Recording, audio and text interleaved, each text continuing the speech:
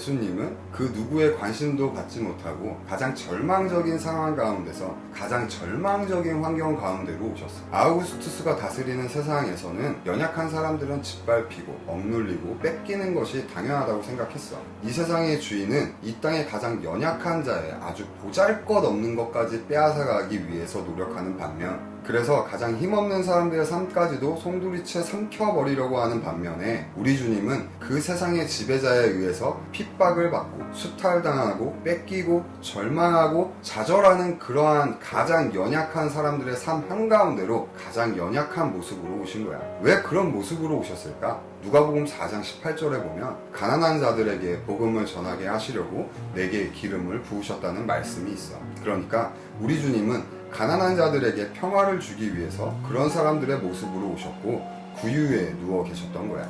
이것이야말로 지극히 높은 곳에 계신 하나님께 영광이 되는 거지.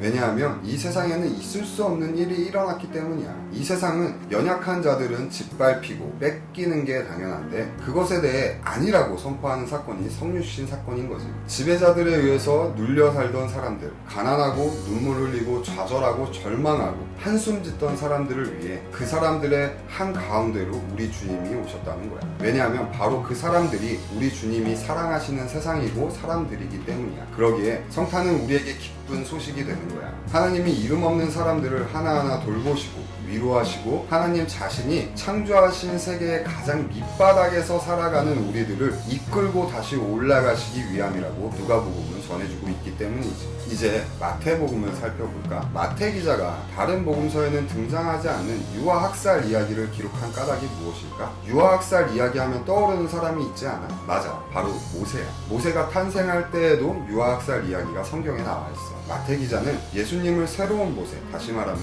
고통과 죽음의 땅에 살고 있는 사람들에게 생명을 가져다주는 통치자와 구원자로 예수님을 제시하고 싶었던 것 같아. 폭력과 힘의 통치 앞에서 절망과 통곡 속에서 참 통치자, 참 구원자가 누구인가? 라는 물음에 우리의 고통과 고난을 아시고 우리를 위해 기꺼이 목숨을 내어주시는 예수님을 제시한다고 할 수 있지. 우리가 불의한 고통 속에서 신음하는 걸 너무나 잘 아시고 그래서 우리를 위해서 자기의 목숨을 내놓으시는 분이 우리의 참 통치자, 참 구원자라는 고백이 마태복음에 담겨 있는 거야. 그러니까 베들레헴의 아기들이 예수님 때문에 죽었고 예수님은 죄인들인 우리 때문에 우리를 위해서 죽으셨다는 거지. 서로가 서로를 위해 죽고 죽어주는 관계. 이 관계는 세상에서 가장 깊은 관계라고 생각해. 베들레헴의 아기들의 죽음이 무가치한 것이 아니라 그 죽음이 예수님을 살렸고 예수님은 다시 우리를 위해 죽어줌으로써 우리 모두는 바로 여기에서 희망이 있다는 사실을 선포한 거지. 다시 말하면 마태 기자가 다른 복음서에 없는 유아학살 이야기를 기록한 것은 예수님의 탄생 이야기 배경을 통해서 우리는 예수님을 위해 우리를 내어주고 예수님은 우리의 고통과 슬픔과 눈물을 아시고